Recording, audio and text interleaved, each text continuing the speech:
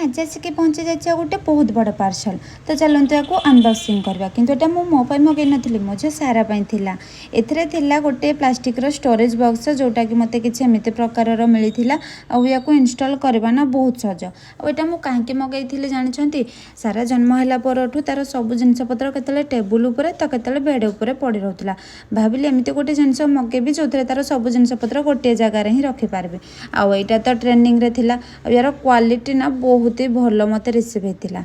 तापर सारार ड्रेस गुड़ाक सब सजाड़ी रखीदी आ देखु सारार सब जिनस गुड़ाक मुझे गोटे जगार रखीदेली जमीक तार ड्रेस पैंट डाइपर वाइप्स कपड़ा से सब जिनस गोटे जगार रहीगला।